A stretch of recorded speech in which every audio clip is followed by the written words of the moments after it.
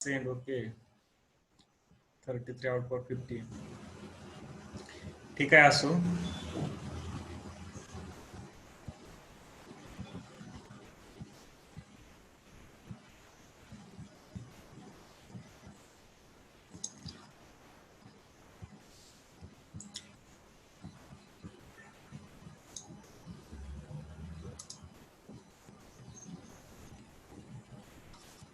पुढचा टॉपिक आपल्याला जो सुरू करायचा आहे गैर बँका. आता ही काही वेगळाच प्रकार आहे, बऱ्याच जणांना आज नवीनच ऐकलं असेल गैर बँका. बँका बँका आपण ऐकतो आतापर्यंत, पण नॉन बँक प्रकार काय आहे ही बऱ्याच जणांसाठी कसं असेल नवीन असेल, तोही समजून घेऊ आपण. नॉन बँक म्हणजे काय किंवा नॉन बँक गैर बँका म्हणजे काय किंवा नॉन बँका म्हणजे काय किंवा त्याचं वर्गीकरण कशा प्रकारे. आता मी सांगितलं औपचारिक आर्थिक मध्यस्थ करणारे दोन प्रकारचे असतात. एक असतं म्हणजे काय बँका असतात. औपचारिक आर्थिक मध्यस्थ करणारे एक जो प्रकार असतो तो कोणता असतो बँका, आणि दुसरा आहे ते कोणत्या नॉन बँका. बँक आणि नॉन बँक. आता आपण बँक संपवलं, बँकिंग सिस्टम जे होते आपण बँकेचं वर्गीकरण आपण संपवलं, परंतु आता आपल्यास पुढे दुसरा टॉपिक कोणता राहिलाय नॉन बँक म्हणजे काय किंवा गैर बँका म्हणजे काय हे आपल्याला काय करायचं समजून घ्यायचं आहे. बघा पहिलं तीन प्रकारे क्लासिफिकेशन केलं जायचं. औपचारिक आर्थिक मध्यस्थ किंवा फॉर्मल फायनान्शियल इंटरमिडियरी जे होते यांचं तीन प्रकारे क्लासिफिकेशन केलं जायचं. एक होती बँक, दुसरी होती नॉन बँक आणि तिसरी होती ती म्हणजे डीएफआय. आता ही डीएफआय काय होतं ते आपण पहिल्यांदा समजून घेऊ. बंद केलं आहे डीएफआय, आता बंद केलेलं आहे. औपचारिक आर्थिक मध्यस्थता करणारे किंवा फॉर्मल फायनान्शियल इंटरमिडियरीज म्हणजे आर्थिक मध्यस्थता करणाऱ्यांमध्ये तीन प्रकार होतं. एक बँक होती, एक नॉन बँक होती आणि तिसरी होती ती डीएफआय. डीएफआय बंद केली, कुणी बंद केली हे बी आपण समजून घेऊ थोडक्यात फक्त डीएफआय विषयी बघूया. मी मागच्या वेळेस कधी घेतला असेल तर उल्लेख केला असेल डीएफआयचा. आयडीबीआय बँक बघता वेळेस आपण उल्लेख केला होता. आयडीबीआय एक पहिली डीएफआय होती, नंतर आपल्याला असं असं झालं वगैरे. ते नंतर तुम्ही लेक्चर बघा युट्यूबवर, मी अपलोड करेल, अजून केलं नाही ते मागचं लेक्चर, मी थोडंसं काम असल्यामुळे मी अपलोड करेल. त्यावेळेस तुम्ही काय करा बघा हे डीएफआय वगैरे काय आहे ते तिथे मी सांगेल तुम्हाला. आता डीएफआय विकास वित्त संस्था किंवा डेव्हलपमेंट फायनान्स इन्स्टिट्यूशन, डीएफआय म्हणजे काय हा तिसरा प्रकार होता कशामधला औपचारिक आर्थिक मध्यस्थ करणाऱ्या यांच्या मधला.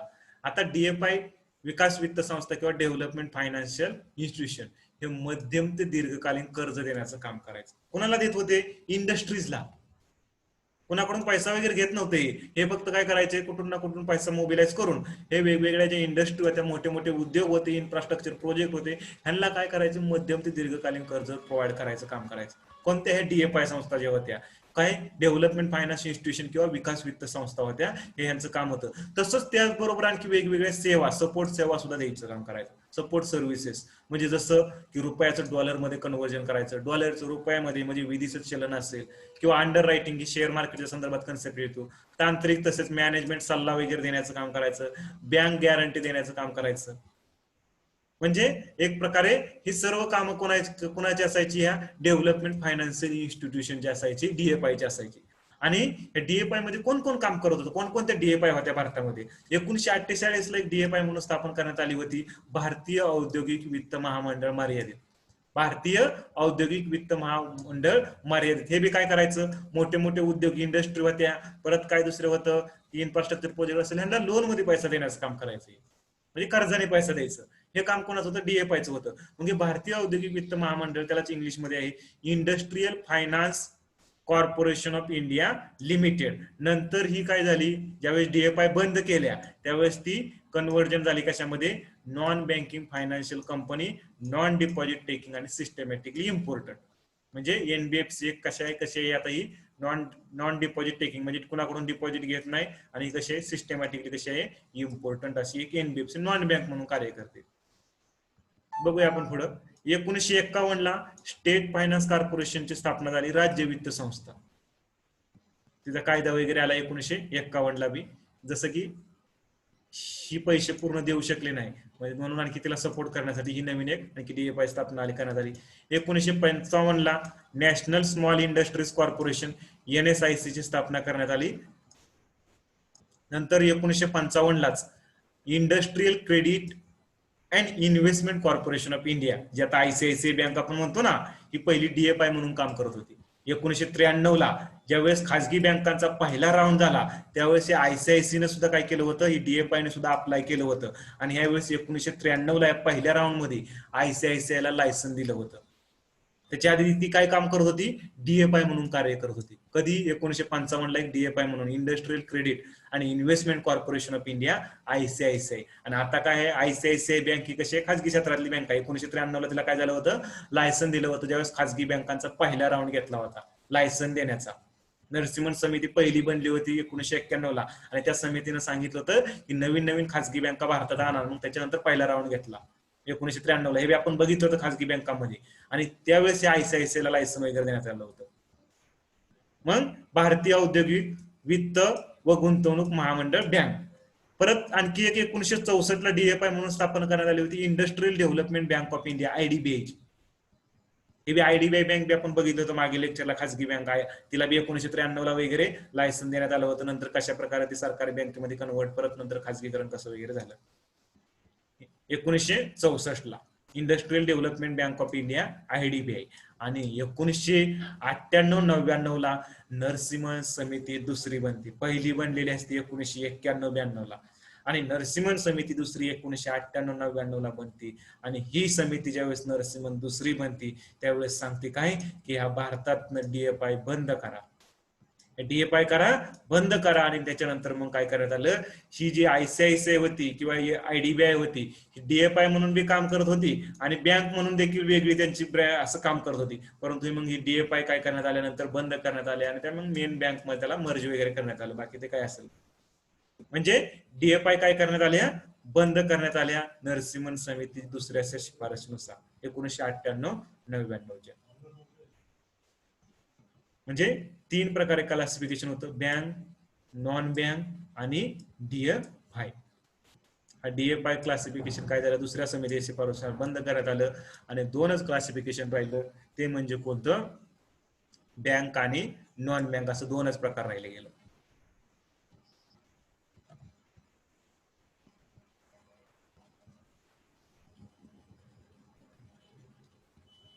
हा क्वेश्चन सॉल्व्ह करा.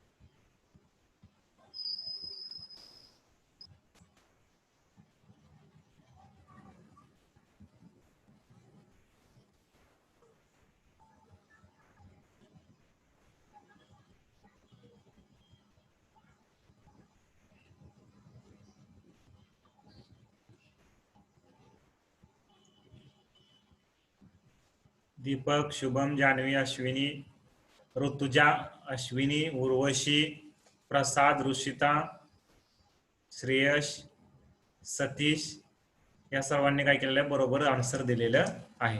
बघूया आपण पुढील विकास वित्त संस्थांची मांडणी त्यांची स्थापना झाल्याप्रमाणे करा. राज्यसेवा 2016 आलेला हा क्वेश्चन आहे, हा प्रश्न आहे. पुढील विकास वित्त संस्थांची मांडणी त्यांची काय म्हणलेलं आहे, स्थापना झाल्याप्रमाणे करा. आता याच्यामध्ये भारतीय औद्योगिक विकास बँक आयडीबीआय ची स्थापना कधीची आहे, 1964 ची. 1964 ची आयडीबीआय ची स्थापना. नंतर आयआयबीआय, आता आयआयबीआय मी तुम्हाला काय सांगितलेलं नव्हतं, तरी बघूया आपण. आयसीआयसीआय ची स्थापना कधी, 1955 ची. भारतीय औद्योगिक विकास महामंडळ आयएफसीआय कधी सांगितलं होतं मी, 1948.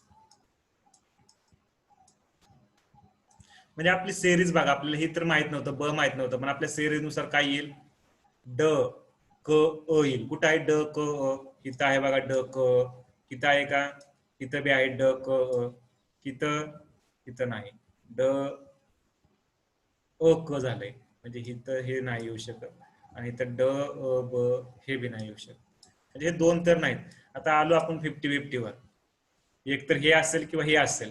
ऍक्च्युली आयआयबीआय ती 1985-86 दरम्यान तिची स्थापना झाली होती, आयआयबीआय ची, भारतीय औद्योगिक गुंतवणूक बँकेची. म्हणजे आपला ऑप्शन नंबर 3 हे बरोबर येईल, ब सगळ्यात शेवटी येईल. 3 नंबर ऑप्शन आपलं बरोबर येईल.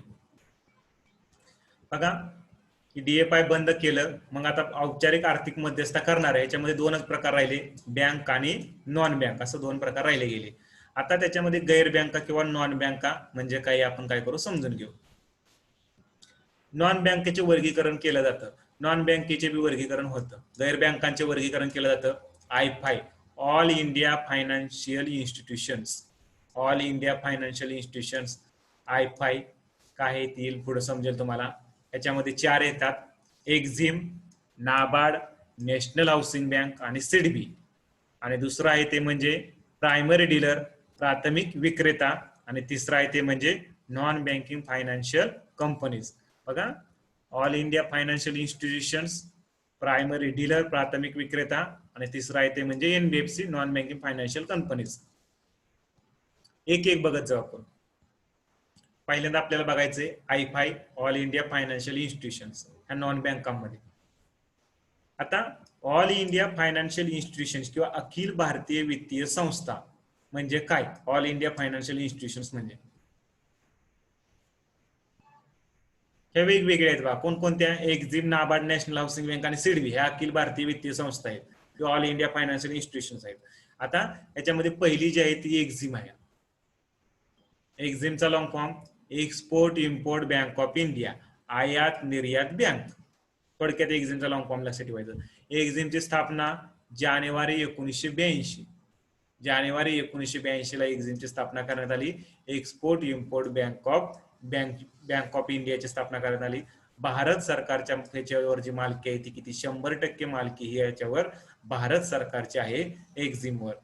आयात निर्यात करणाऱ्यांना मदत करते म्हणजे काय करते, लोन मध्ये पैसा देण्याचं काम करते. ज्यांचा आयात निर्यातीच्या संदर्भात व्यवसाय आहे अशांना काय करते, लोन देण्याचं, कर्ज देण्याचं काम करते. तसंच जे विदेशी चलन आहे हे विदेशी चलन काय करते, विनिमय म्हणजे रुपयाचं डॉलर, डॉलरचं रुपयामध्ये कन्वर्ट करून द्यायचं असेल तर ते देखील देण्याचं काम काय करते, ही एक्झिम बँक करते. आणि देशाबाहेरील व्यापाराला व गुंतवणुकीस प्रोत्साहन देते. म्हणजे देशाबाहेर कोणी व्यापार करत असेल बाबा आयात निर्यातीचा, त्याला किंवा गुंतवणूक वगैरे असेल त्याला प्रोत्साहन देण्याचं काम काय असतं, या एक्सपोर्ट इम्पोर्ट बँकेचं असतं. जानेवारी 1982 ची स्थापना आहे. थोडक्यात लक्षात ठेवा, जे आयात निर्यात करतात त्यांना मदत करते, म्हणजे कर्ज वगैरे देण्याचं काम करते, रुपयाचं डॉलर वगैरे कन्वर्ट करण्यासाठी ही एक्झिम बँक. आयात निर्यातसाठी लक्षात, नावातच आहे. दुसरी आहे नाबार्ड, ही एक आयफाय आहे दुसरी, all India financial institution AIFI. नाबार्डचा long form national bank for agriculture and rural development, national bank for agriculture and rural development. हिची स्थापना जी आहे ती जुलै 1982 ची. 100% ही भारत सरकारच्या मालकीची आहे. सहकारी बँका तसंच आरआरबी वर नियमन ठेवण्याचं काम करतात. कोणावर नियमन असतं इथं? सहकारी बँकावर नियमन असतं आणि RRB वर नियमन ठेवण्याचं काम कोण करतंय? नाबार्ड. आता हे सहकारी बँकावर आणि RRB वर ह्याच्यावर जे नियमन असतं ते RBIचं देखील असतं, पण RBI बरोबर नाबार्ड सुद्धा काय करतं? ठेवण्याचं कार्य करतं. अप्रत्यक्षपणे पुनर्वित्त करतं, म्हणजेच रिफायनान्स वगैरे देण्याचं काम करतं. म्हणजे जसं काय करणार? नाबार्ड कुणाला पैसा देणार? बँकांना पैसा देणार. नाबार्ड बँकांना पैसा देणार आणि बँकांकडून कुठं जाणार मग तो पैसा? खाली शेतकरी वगैरे, म्हणजे जिथं जिथं कर्ज आहेत राज्य सरकार वगैरे यांना कर्जाने पैसा दिला जातो. म्हणजे अप्रत्यक्षरित्या काय केलं जातं? शेतकरी कारागीर यांना कर्ज देण्याचं. ते स्वतः देत नाही नाबार्ड, कधी काय करतं? बँकांना देतं. RRB वगैरे असेल यांना, मग RRB कर्ज आणि पैसे कोणाला देणार आहे? शेतकरी कारागीर वगैरे असतील यांना काय करतं? देण्याचं कार्य करतं. अशा प्रकारे अप्रत्यक्षपणे कर्ज पुरवठा करण्याचं वगैरे काम नाबार्ड करतं. ग्रामीण पायाभूत विकास निधी आहे, नाबार्डचा एक फंड आहे ग्रामीण पायाभूत विकास निधी, RIDF म्हणून, रुरल इन्फ्रास्ट्रक्चर डेव्हलपमेंट फंड. बघितलं होतं आपण. PSL कोटा, जर प्रायोरिटी सेक्टरने PSL कोटा जर पूर्ण केला नाही तर तो पैसा कुठं जातो? बँकांचा ह्या नाबार्डच्या ग्रामीण पायाभूत विकास निधीमध्ये जातो. आणि हा निधी सांभाळण्याचं काम कोण करतं? नाबार्ड करतं. म्हणजे PSL कोटा जर बँकांनी पूर्ण केला नाही, आपण बघितलं होतं RBI मध्ये, हा पैसा कुठे गेला? या RIDF मध्ये गेला, रुरल इन्फ्रास्ट्रक्चर डेव्हलपमेंट फंड मध्ये, आणि तो मग वेगवेगळ्या राज्य सरकारांना दिला जाईल. आणि हे जे राज्य सरकार आहेत ते काय करतील? आपली जी विकासाची कामे आहेत वेगवेगळी, ह्याच्यासाठी तो पैसा वापरेल. म्हणजे PSL कोट्याचा पैसा आहे RIDF मध्ये जाणार, RIDF म्हणून राज्य सरकार आपल्या विकासाची कामं, मग 10-15 वर्षासाठी हा पैसा वापरला जाणार. मग 10-15 वर्षानंतर माघार येणार, मग तो बँकांना मिळणार वगैरे, असं ही प्रोसेस चालते. हा ग्रामीण पायाभूत विकास निधी कोण सांभाळतं? तर नाबार्ड सांभाळण्याचं कार्य करतं. नंतर आहे बघा national housing bank, NHB, national housing bank. ह्याची स्थापना आहे 1988 ची. नॅशनल हाऊसिंग बँक किंवा राष्ट्रीय गृह बँका 100% ह्याच्यावर मालकी जी आहे ती भारत सरकारच्या मालकीच्या असतात. वित्त पुरवठा करण्याचं काम करतं कुणाला? ज्या बँका किंवा NBFC आहेत, नॉन BFC काय पुढे येईल, नॉन बँकिंग फायनान्शियल कंपनी, ज्या अशा NBFC ज्या हाऊसिंग प्रोजेक्टला काय करतात? वित्त पुरवठा करण्याचं काम करतात. हाऊसिंग प्रोजेक्ट म्हणजे कोणकोणतं? जे घरं वगैरे बांधण्यासाठी जे हाऊसिंग प्रोजेक्ट वगैरे मोठे मोठे चालतात, ह्याच्या संदर्भात जे NBFC असतील, बँका असतील, मदत करतात. त्यांना एक प्रकारे जर पैशाची गरज पडली, वित्त पुरवठा लागला, तर हे नॅशनल हाऊसिंग बँक काय करतं? हा वित्त पुरवठा काय करतं? करण्याचं काम करतं. ह्यांचा एक रेसिडेक्स नावाचा इंडेक्स आहे बघा, तो एक निर्देशांक आहे रेसिडेक्स नावाचा. ह्याच्यामध्ये काय समजतं? तर रेसिडेन्शियल किंवा रिअल इस्टेट आहेत ना, ह्याच्या किमती, रिअल इस्टेटच्या ज्या किमती आहेत त्या समजतात त्याच्यामध्ये. रिअल इस्टेट म्हणजे जे रिअल इस्टेट वगैरे जे आहेत, म्हणजे मोठे मोठे जे प्रोजेक्ट वगैरे आहेत रिअल इस्टेटच्या संदर्भात वगैरे, ह्याच्यामध्ये किती वाढ झालेली आहे. आता सपोज आता ठराविक असेल तर ह्याच्यापेक्षा किती झालेली आहे वाढ? ठराविक 2% झाली, 4% झाली. हे कशावरून सांगितलं? तर या रेसिडेक्स इंडेक्स वरून सांगितलं. तर नॅशनल हाऊसिंग बँकेचा हा एक निर्देशांक आहे, रेसिडेक्स इंडेक्स. भारत सरकारची मालकी आहे 100% याच्यावर.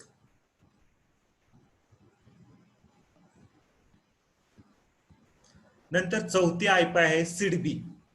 चौथी आयपा आहे सिडबी. हिची स्थापना 1990 ची स्थापना आहे सिडबीची. लॉंग फॉर्म आहे सिडबीचा small industries development bank of India, भारतीय लघु उद्योग विकास बँक. Small industries development bank of India, ह्याच्यावर मालकी भारत सरकारची नाही. कुणाची? SBI, LIC, परत IDBI आणि इतर सार्वजनिक क्षेत्रातल्या ज्या बँका आहेत त्यांची मालकी कशावर आहे? या सिडबीवर आहे. तसेच विमा कंपन्यांची देखील इथे. आता सिडबीचे एक पोर्टल आहे उद्यमी मित्र .in नावाचं, म्हणजे एक वेबसाईट आहे त्यांची. हे काय करते? ते चालवतं आणि त्याद्वारे काय करते सिडबी? छोट्या व मध्यम उद्योगांना वेगवेगळ्या योजनेच्या माध्यमातून कर्ज देण्याचं काम करतं. म्हणजे छोटे उद्योग असतील, मध्यम उद्योग असतील, यांना काय करतं? कर्ज देण्याचं काम करतं. वेगवेगळ्या सरकारच्या ज्या योजना वगैरे चालवल्या जातात ह्याच्या माध्यमातून कर्ज देण्याचं काम करतं. जसं कोणती मुद्रा योजना असेल, स्टँड अप इंडिया योजना असेल, काय आपण येईल एक एक पुढं. मग ह्या योजनेच्या माध्यमातून काय करते सिडबी? काय करतं? लोन देण्याचं काम करतं. आणि हे एक फंड आहे त्यांचा सिडबीचा, कोणता? Small enterprises development fund. म्हणजेच ज्या बँका विदेशी बँका आहेत, ज्यांच्या शाखा भारतामध्ये किती 20 पेक्षा कमी आहेत, अशा विदेशी बँका ज्यांच्या शाखा भारतामध्ये 20 पेक्षा कमी आहेत, अशा बँकांनी जर PSL कोटा पूर्ण केला नाही, प्रायोरिटी सेक्टर लेंडिंग जो त्यांना 40% दिलेला आहे तो, तर तो त्यानी जो न केलेला कोटा आहे तो कुठल्याही सिडबीच्या फंड मध्ये जातो, कोणत्या स्मॉल एंटरप्राइजेस डेव्हलपमेंट फंड मध्ये जातो. बघितलं आपण आता गैर बँका किंवा नॉन बँका, त्याचं वर्गीकरण बघितलं. त्याच्यामध्ये आयफाय बघितलं आपण 4, ऑल इंडिया फायनान्शियल इन्स्टिट्यूशन. त्याच्यामध्ये एक्झिम थोडक्यात लक्षात ठेवायची, आयात निर्यातीच्या संदर्भात नाबार्ड काय करतं, आरबीआय सहकारी संस्था असतं याच्यावर नियमन करतं. आणि काहीच एक्झिमची स्थापना कधीची आहे, 1982 जानेवारी. याची जुलैमध्ये झाली नाबार्डची लगेच कधी 1982 मध्ये जुलैच. आणि काय नाबार्डचं काम, शेतकरी कारागिरांना अप्रत्यक्षरित्या कर्ज म्हणजे डायरेक्ट देत नाही, बँकांना बँका थ्रू इकडे जातं. नॅशनल हाऊसिंग बँक म्हणजे जे अशा बँका किंवा एनबीएफसी आहेत ज्या काय करतात, हाऊसिंग प्रोजेक्टला काय करतात, लोन देतात, त्यांना वित्त पुरवठा करण्याचं काम करतं. सिडबीचं काम काय आहे, तर ह्याची 1900 किती आता हे 88 आणि ह्याची किती 1990 बघितलेली स्थापना, 1988 आणि 1990. आता सिडबीचं काम काय आहे, छोटे मध्यम उद्योग आहेत हे त्यांना काय करतं, कर्ज देण्याचं काम कोण करतं, सिडबी करतं. अशा प्रकारे थोडक्यात फक्त काय लक्षात ठेवायचे, Exim, NABARD, national housing bank आणि सिडबी म्हणजे काय आहे ते आपण पाहिलेलं आहे. या 4 महत्वाच्या आयपा आहेत किंवा आणि ह्याच काय म्हटलं जातं, गैर बँका किंवा नॉन बँका म्हणून काय केलं जातं, ओळखलं जातं. आणखी गैर बँकामध्ये येतं ते म्हणजे प्रायमरी डीलर किंवा प्राथमिक विक्रेता. प्रायमरी डीलर किंवा प्राथमिक विक्रेता. आता प्राथमिक विक्रेता म्हणजे काय, आता बघा गव्हर्नमेंट सिक्युरिटी जी आहेत, गव्हर्नमेंट सिक्युरिटी ही गव्हर्नमेंटने आणल्यावर तुमच्या आरबीआय ज्यावेळेस लिलाव करते, गव्हर्नमेंट म्हणजे आरबीआय ज्यावेळेस लिलाव म्हणजे म्हणता येणार नाही, मार्केटमध्ये विकते. आरबीआय ज्यावेळेस गव्हर्नमेंट सिक्युरिटी काय करते, मार्केटमध्ये विकते ह्या गव्हर्नमेंट सिक्युरिटी आरबीआय, त्यावेळेस तुमच्या आमच्यासारखा व्यक्ती खरेदी करू शकत नाही किंवा सर्वसामान्य व्यक्ती खरेदी करू शकत नाही. ज्यांनी अशा व्यक्तींनी आरबीआय कडून लायसन घेतलेलं आहे अशीच लोक शासकीय प्रतिभूती मार्केट म्हणून पहिल्यांदा खरेदी करू शकतात. त्यांना काय म्हणलं जातं, प्राथमिक विक्रेता किंवा प्रायमरी डीलर असं म्हटलं जातं. आणि नंतर द्वितीय बाजारामध्ये ते काय करतात, विकण्याचं काम करतात. त्यावेळेस काय सर्वसामान्य लोक घेतात.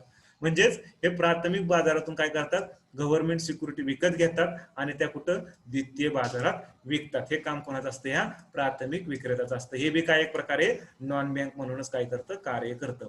आणि ह्या गव्हर्नमेंट सिक्युरिटीची खरेदी विक्री आरबीआयचा ई कुबेर नावाचा प्लॅटफॉर्म आहे किंवा ई कुबेर नावाचं सॉफ्टवेअर आहे. इथं ही सगळी काय करते, गव्हर्नमेंट खरेदी सिक्युरिटीची किंवा शासकीय प्रतिभूतीची खरेदी विक्री चालते. तर आपण आयफाय पाहिलं, त्याच्यामध्ये एक्झिम पाहिलं, नाबार्ड पाहिलं, नॅशनल हाऊसिंग बँक म्हणजे काय ते बी बघितलं, सिडबी बघितलं, आणि प्रायमरी डीलर म्हणजे प्राथमिक विक्रेता म्हणजे काय हे बी आपण काय केलं, बघितलेलं आहे. आता शेवटचा जो प्रकार राहिलेला आहे तो म्हणजे एनबीएफसी. शेवटचा जो प्रकार राहिलेला आहे तो कोणता, एनबीएफसी राहिलेला आहे, non banking financial companies, NBFC. तो समजून घेऊ आपण, किंवा त्याला काय म्हटलं जातं, गैर बँकिंग वित्तीय कंपन्या, गैर बँकिंग वित्तीय कंपन्या किंवा एनबीएफसी. आता जसं एलआयसी आहे, मुथूट गोल्ड लोन कंपनी आहे, ह्या काय येतात, नॉन बँकिंग फायनान्शियल कंपन्या येतात किंवा गैर बँकिंग वित्तीय कंपन्या म्हणून यांना ओळखलं जातं. फरक लक्षात घेऊ, व्यापारी बँका आणि ह्या नॉन बँकिंग गैर बँकिंग वित्तीय कंपन्या ह्यांच्या मधला डिफरन्स काय आहे, हा आपल्याला काय करायचं, समजून घ्यायला लागेल पहिल्यांदा.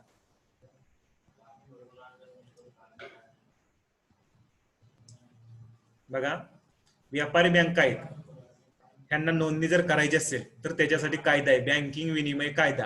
या बँकिंग विनिमय कायद्याच्या अंतर्गत व्यापारी बँका काय करू शकतात, नोंदणी करतात. आणि नॉन बँकिंग फायनान्शियल कंपनी, ज्या गैर बँकिंग वित्तीय कंपन्या आहेत, ह्यांना जर नोंदणी करायची असेल तर त्यांच्यासाठी आहे तो म्हणजे कंपनीचा कायदा आहे. या कंपनीच्या कायद्याच्या अंतर्गत गैर बँकिंग वित्तीय कंपन्यांना एनबीएफसी ला नोंदणी करावी लागते. देखरेख, व्यापारी बँकावर देखरेख ही संपूर्णपणे आरबीआयची असते. आणि ही नॉन बँकिंग फायनान्शियल कंपनी आहेत, ह्याच्यामध्ये अशा काही आहेत त्याच्यावर सेबीची असते, security exchange board of India वगैरे, शेअर मार्केटच्या संदर्भात येतं ते. परत IRDAI ही इन्शुरन्स कंपन्यांसाठी आहे, insurance regulatory development authority of India आहे. परत RBI, reserve bank of India, PFRDA pension fund regulatory development authority आहे, या PFRDAचं बी तिथं नियमन असतं. आणि नॅशनल हाऊसिंग बँक इत्यादींचं नियमन कशावर असतं, या नॉन बँकिंग फायनान्शियल कंपनीजवर, गैर बँकिंग वित्तीय कंपन्यांवर असतं. नॉन बँकिंग फायनान्शियल कंपन्या त्यांच्यावर, म्हणजे एकट्या आरबीआयचं इथं नियमन नसतं. SEBI, IRDAI, RBI, PFRDA, national housing bank या सर्वांचं काय असतं याच्यामध्ये, याच्यावर नियमन असतं. भांडवलाच्या जर बाबतीत बघितलं, भांडवलाच्या बाबतीत बघितलं तर 500 करोड रुपये भांडवल व्यापारी बँक सुरू करायची असेल तर पाहिजे सुरुवातीला. नॉन बँक सुरू करायची असेल, नॉन बँक गैर बँकिंग वित्तीय कंपनी सुरू करायची असेल, मायक्रो फायनान्स मधली सुरू करायची असेल तर 5 करोड पाहिजे, इतर असेल तर 2 करोड, री इन्शुरन्स मधली असेल तर किती 200 करोड रुपये भांडवलाची गरज आहे. म्हणजे वेगवेगळ्या प्रकार, अजून वेगवेगळे प्रकार पडतात, डिपेंड करतं ज्या टाईप मधली नॉन बँक आहे त्याच्याप्रमाणे तिथं काय लागतं तेवढं भांडवल लागतं. डिपॉझिट, डिपॉझिट मध्ये बघितलं तर मुदत ठेवी घेतात व्यापारी बँका, ह्या मागणी ठेवी घेतात. कोणत्या? व्यापारी बँका मागणी ठेवी बी घेतात, मुदत ठेवी सुद्धा काय करतात व्यापारी बँका घेतात. डिपॉझिटवर विमा घेतात. DICGC कायदा काय आहे? DICGC कायदा बेसल निकषच्या वेळेस आपण तो घेणार आहोत. हा, डिपॉझिटवर विमा DICGC कायद्यानुसार. म्हणजे सपोज व्यापारी बँकावर सर्व भरपूर लोक काय करतात डिपॉझिटमध्ये पैसा ठेवतात. सपोज काही ठराविक पैसा व्यापारी बँकांजवळ सपोज 100 करोड रुपये जमा झाल्यात, मग या 100 करोडावर काय करावं लागतं व्यापारी बँकांना, काय करावं लागतं DICGC नावाची संस्था आहे तिच्याकडून विमा घ्यावा लागतो. कारण उद्या जर ही 100 करोड बँक फेल झाली तर लोकांचा पैसा कोण देणार? तर ही DICGC काय करते, ठराविक रक्कम देण्याचं काम करते. म्हणजे सगळी नाही देत लोकांना, ठराविक रक्कम. हे DICGC ज्यावेळेस आपण बघू त्यावेळेस येईल तुमच्या लक्षात ते. म्हणजे जे डिपॉझिट व्यापारी बँकांनी घेतले त्याच्यावर विमा काढावा लागतो या DICGC कायद्यानुसार. आणि इथं फक्त NBFC डिपॉझिट टेकिंग जे आहेत त्याच फक्त मुदत ठेवी घेतात. म्हणजे डी म्हणजे डिपॉझिट टेकिंग लक्षात ठेवा. जे आहे असे NBFC जे डिपॉझिट मध्ये पैसा घेतात त्या फक्त मुदत ठेवीच घेतात, वेगळा दुसरा घेत नाहीत. आपलं डिमांड डिपॉझिट म्हणजे जसं की तुम्ही मागणी ठेवी घेत नाहीत, कधी गेलं कधी काढायचं असं ठेवी ते घेत नाहीत. ह्या NBFCच्या डिपॉझिट ठेवी, डिपॉझिट टेकिंग आहेत ना, म्हणजे डिपॉझिट घेणाऱ्या, ह्या फक्त काय फक्त मुदत ठेवीच घेतात.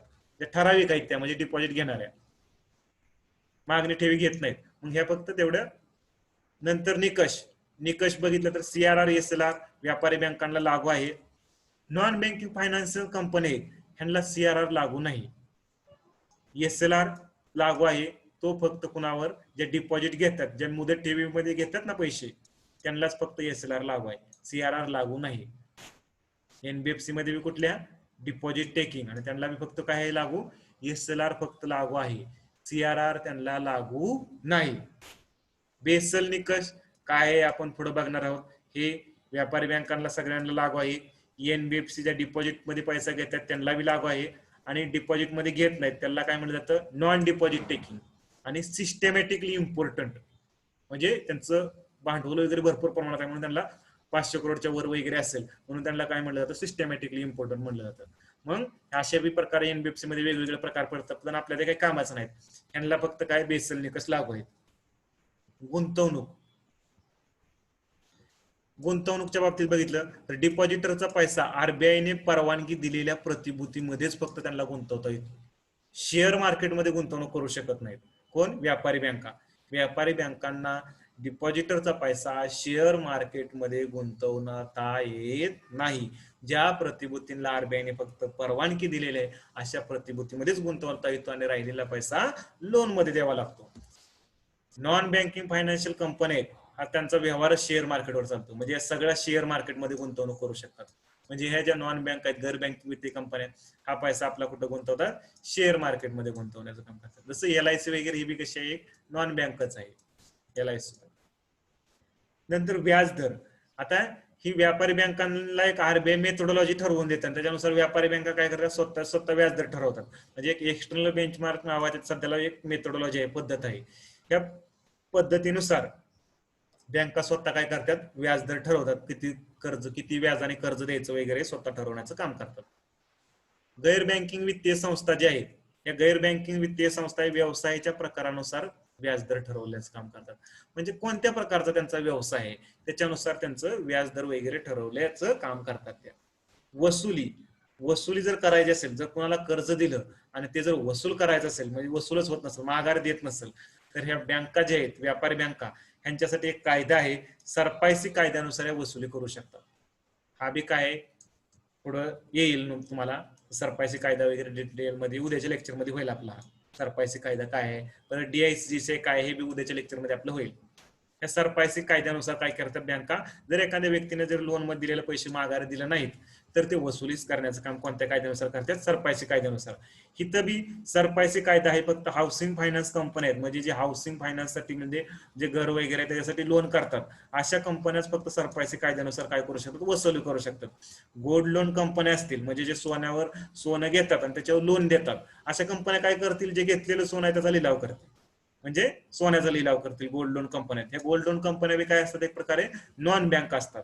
म्युच्युअल फंड कंपन्या, म्युच्युअल फंड कंपन्यांचं काम काय? मी मागच्या लेक्चरमध्ये सांगितलेलं, लोकांकडून पैसा घ्यायचा, तो कुठं गुंतवायचा? शेअर मार्केटमध्ये गुंतवायचा आणि तिथून झालेला नफा काय करायचा? लोकांना द्यायचा. हे काम कोणाचं असतं? म्युच्युअल फंड कंपन्याचं असतं. त्यांचं प्लस कमिशन ते काय करतात? काटून घेतात त्यांचं, म्हणजे मध्ये काय असेल ते. मग हे कंपनी काय करतात? ज्या ज्या कंपन्यांच्या शेअरमध्ये त्यांनी गुंतवणूक केली त्या कंपन्याचा लिलाव होईपर्यंत ते म्युच्युअल फंडवाले वाट बघतात आणि त्या कंपनीचा लिलाव झाल्यानंतर मग ज्यांचं कोणाचे पैसे आहे त्यांना दिलं जातात. अशा प्रकारे हे काय आहेत? तर वसुली केली जाते.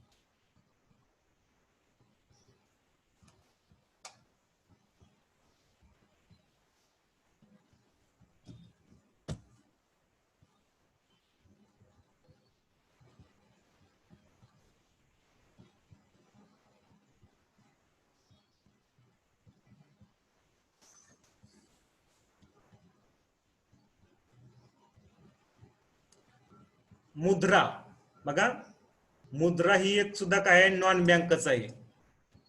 मला वाटतं टॉपिक आपला संपेल काय. मुद्रा 2015 आलेली आहे. ही बी एक कशी नॉन बँक आहे. मुद्रा योजना सगळ्यांनी ऐकलेलीच असेल. मुद्रा योजना मला वाटतं जवळजवळ सर्वांनी ऐकलेली असेल. ही मुद्रा देखील काय एक प्रकारची नॉन बँकच म्हणून कार्य करते. 2015ला काय म्हटलं गेलेला?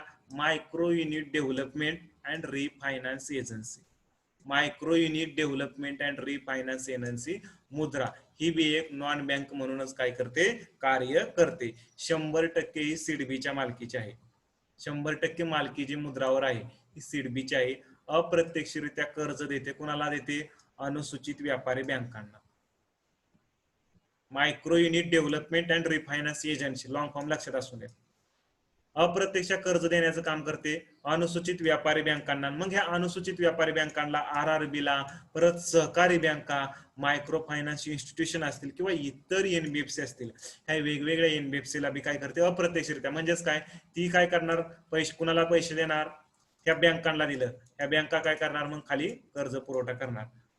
म्हणजे एक प्रकारे स्वतः ते कर्ज देत नाहीत लोकांना, काय करणार? बँकांना पैसे देणार, बँका तिथून मग काय करणार? खाली कर्ज पुरवठा करणार. असे म्हणजे अप्रत्यक्षरित्या कर्ज देण्याचं काम करतात. अनुसूचित व्यापारी बँका असतील, RRB असेल, सहकारी बँका असतील, मायक्रो फायनान्स इन्स्टिट्यूशन असतील आणि इतर NBFC यांना पुनर्वित्ताद्वारे रिफायनान्स म्हणजेच काय?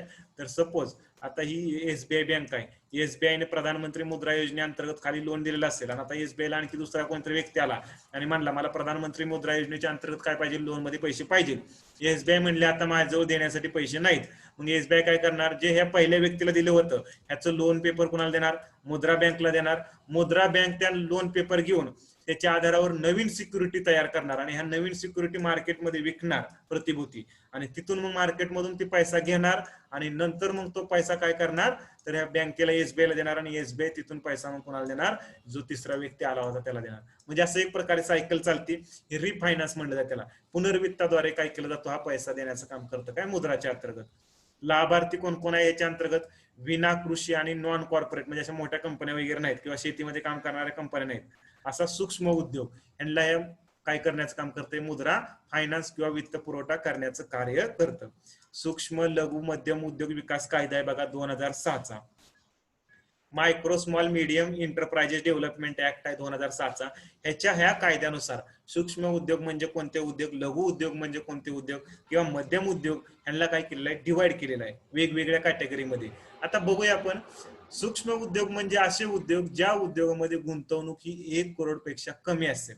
बघा, असा उद्योग त्याच्यामध्ये गुंतवणूक ही 1 करोड पेक्षा कमी. आता मॅन्युफॅक्चरिंग मधला असू शकतो आणि सेवा क्षेत्रामधला. आता हे बघा, ह्याच्या आधी डेफिनेशन वेगळी होती ही, परंतु आता जे आत्मनिर्भर भारत अभियान आणलं ना आता सरकारने, त्याच्यामुळे मग ही डेफिनेशन मध्ये सूक्ष्म लघु आणि मध्यम ह्याच्यामध्ये काय केलेलं आहे? थोडासा चेंज केलेला आहे. तो चेंज काय आहे? तर मॅन्युफॅक्चरिंग आणि सेवा सेक्टरमध्ये जो चेंज केला त्याच्यामध्ये गुंतवणूक आणि टर्नओव्हर नुसार चेंज केलेला आहे. सूक्ष्म उद्योग असा उद्योग ह्याला म्हणलं जाईल की ज्या उद्योगामध्ये गुंतवणूक जी आहे त्या व्यक्तीची 1 करोड पेक्षा कमी असायला हवी आणि त्या उद्योगाचा टर्नओव्हर कसा पाहिजे? 5 करोडपेक्षा कमी ज्या उद्योग त्या उद्योगाला काय म्हटलं जाईल, सूक्ष्म उद्योग म्हटलं. टर्नओव्हर म्हणजे त्याचा वर्षभरात झालेला सेल, जी काही विक्री झालेली आहे ती कशी पाहिजे, 5 करोडपेक्षा कमी पाहिजे. लघुसाठी 10 करोडपेक्षा कमी गुंतवणूक असायला हवी आणि टर्नओव्हर किती, 50 करोडपेक्षा कमी. तो उद्योग कशामध्ये येणार, लघुमध्ये. मध्यम उद्योग म्हणजे त्याच्यामध्ये गुंतवणूक किती त्या उद्योगामध्ये पाहिजे, 20 करोडपेक्षा कमी असायला हवी आणि टर्नओव्हर किती, 100 करोडपेक्षा कमी असेल तर तो उद्योग जो असेल तो मध्यम उद्योग असेल. अशा प्रकारे 3 प्रकारे कॅटेगराईज केलं जातं सूक्ष्म, लघु आणि मध्यम उद्योगांना.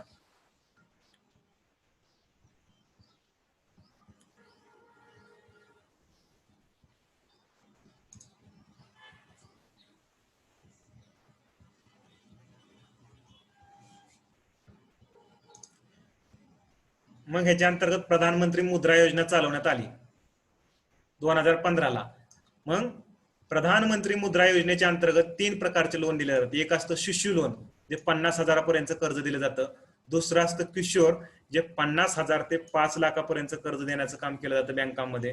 तिसरं असतं तरुण, जे 5 लाख ते 10 लाखापर्यंत याच्या अंतर्गत काय केलं जातं, कर्ज दिलं जातं तरुणच्या अंतर्गत. मुद्रा रुपे कार्ड बी दिलं जातं. कर्ज हे कोलॅटरल फ्री असतात, म्हणजे काही तुमच्याकडून कोलॅटरल घेतलं जात नाही. 3 प्रकारचे लोन दिलं जातं. कुणाला दिलं जातं, हे सूक्ष्म उद्योग आहेत ना, या सूक्ष्म उद्योगांना देण्याचं काम केलं जातं. शेतीमधला नसला पाहिजे किंवा मोठा उद्योग नसला पाहिजे असा असा सूक्ष्म उद्योगांना या प्रधानमंत्री मुद्रा योजनेच्या अंतर्गत लोन दिलं जातं. 3 प्रकारचे लोन असतात, शिशु, किशोर आणि तरुण, असे 3 लोन असतात प्रकारचे. 50,000पर्यंत असेल तर शिशु, किशोर असेल 50,000 ते 5 लाख आणि तरुण जे आहे ते 5 लाख ते 10 लाखापर्यंत कर्ज. आणि मुद्रा रुपे कार्ड दिलं जातं. कर्ज हे असतात ते कसे असतात, कोलॅटरल फ्री असतात. हे दिलेले कर्ज कोलॅटरल फ्री म्हणजे कसं, की तुमच्याकडून काही गहाण ठेवलं जात नाही. मग सपोज एखाद्या व्यक्तीला कर्ज दिलंय आणि त्या व्यक्तीने ते कर्ज माघार दिलं नाही बँकाचं आणि काही गहाणही नाही ठेवलेलं, मग ते कर्ज वसूल कसं करायचं, प्रधानमंत्री मुद्रा योजनेच्या अंतर्गत घेतलेलं आहे. मग ते वसूल कसं करायचं, तर वसूल जर दिलं नाही तर मग त्या बँकांचा लॉसच आहे ना एक प्रकारे. मग त्यासाठी एक फंड सुद्धा सरकारने बनवलेला आहे, credit guarantee fund for micro unit, CGFMU, credit guarantee fund for micro unit. हा फंड सरकारने बनवलेला आहे. हा national credit guarantee trustee company limited नावाची कंपनी हा फंड चालवते आणि ही खाजगी कंपनी असून वित्तीय सेवा विभागाच्या काय करते, ही अंतर्गत येते. वित्तीय सेवा विभाग हा एक वित्त मंत्रालयाच्या अंतर्गत येतो. आणि मग ह्या फंड मध्ये जो आलेला पैसा आहे सरकारच्या बजेटमधून वगैरे असेल, हा काय केला जातो, मग हा जर बँक एखाद्या व्यक्तीने जर ज्याला बँकेने कर्ज दिलंय त्या व्यक्तीने जर पैसा माघारी केला नाही तर ह्या फंड मधून त्या बँकेला काय थोड्याफार प्रमाणात काय केली जाते, मदत केली जाते, तिथून पैसा दिला जातो. म्हणजे कशामुळे तर हे लोन कोलॅटरल फ्री असतात. अशा प्रकारे आपण बघितलं गैर बँकांचे वर्गीकरण. त्याच्यामध्ये आपण आयपाय बघितल्या सर्व, एक्झिम बघितली, नाबार्ड बघितली, नॅशनल हाऊसिंग बँक बी आपण संपवली, SIDBI small industries development bank of India बी समजली, म्हणजे स्मॉल इंडस्ट्री डेव्हलपमेंट बँक असेल ती बी समजली. नंतर प्रायमरी डीलर बी आपण संपवलं, प्राथमिक विक्रेता म्हणजे काय. आणि तिसरा जो आहे तो म्हणजे गैर बँकामध्ये नॉन बँकिंग फायनान्शियल कंपनीज किंवा गैर वित्तीय गैर बँका वित्तीय कंपन्या वगैरे जे आहेत, गैर बँकिंग वित्तीय कंपन्या, हे बी आपण काय केला, तिसरा प्रकार देखील पाहिलेला आहे. हे लेक्चर मी काय करेल, युट्यूबवर अपलोड करेल, त्यावेळेस तुम्ही नंतर काय करू शकता, पाहू शकता.